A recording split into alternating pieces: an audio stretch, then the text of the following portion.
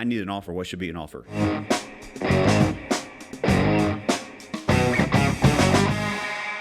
There are companies that I know of that have advertised, if I don't sell your home, I will buy it. That have bought 0 freaking companies. They've advertised for 10 years.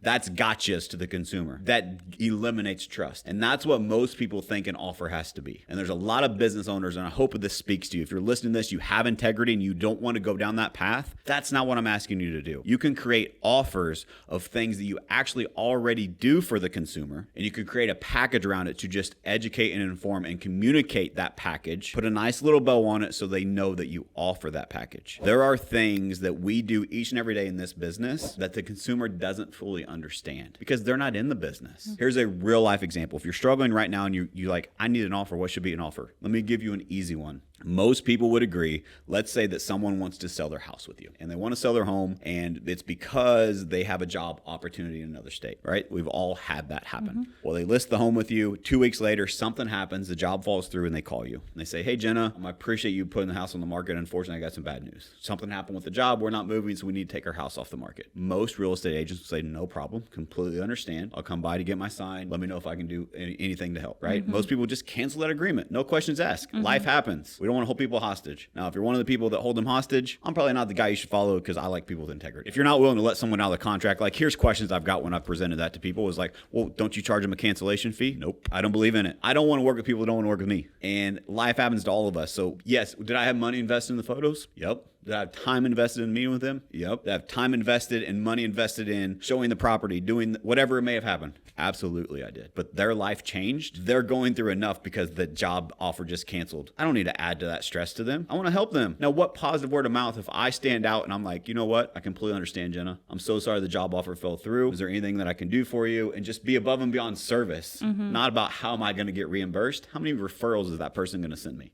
Because I stand out, because I care. And so I believe in playing the long game. Most people act that way, right? Most people understand that. And so if you are in alignment with that, what if you could advertise something and call it a cancellation guarantee? I don't believe in contracts. I believe in accountability. And at any time I'm not holding up my end of the bargain, we can cancel our agreement at any time. Most people offer that. That scenario, most people would do that. But have you created a package around that? Are you advertising around that? Are your agents, are you talking to clients about that makes you stand out? Because that reverses the risk of how many people have we talked to. I talk to agents all the time still. It used to be way worse before I got in the business, but I talk to agents all the time that talk to other sellers that said, well, I don't want to sign a contract because I don't want to be trapped. I don't want to trap people. So I'm going to reverse that risk. I'm going to hold myself accountable. And at any time you're not happy, you can cancel. Man, that's crazy. You're reversing the risk. You're putting it all on yourself. I need to freaking deliver. Yeah. And if I don't deliver, or let's say that we're not a good personality fit. Me and Jenna's the seller and me and her just don't get along. Do I want to work with someone I don't get along with? I don't want to. And so I just think it makes so much sense. But that's an example of how you can think about all of this risk, all of these things that are objections that clients have, and how you can create a package out of it. Create an offer out of that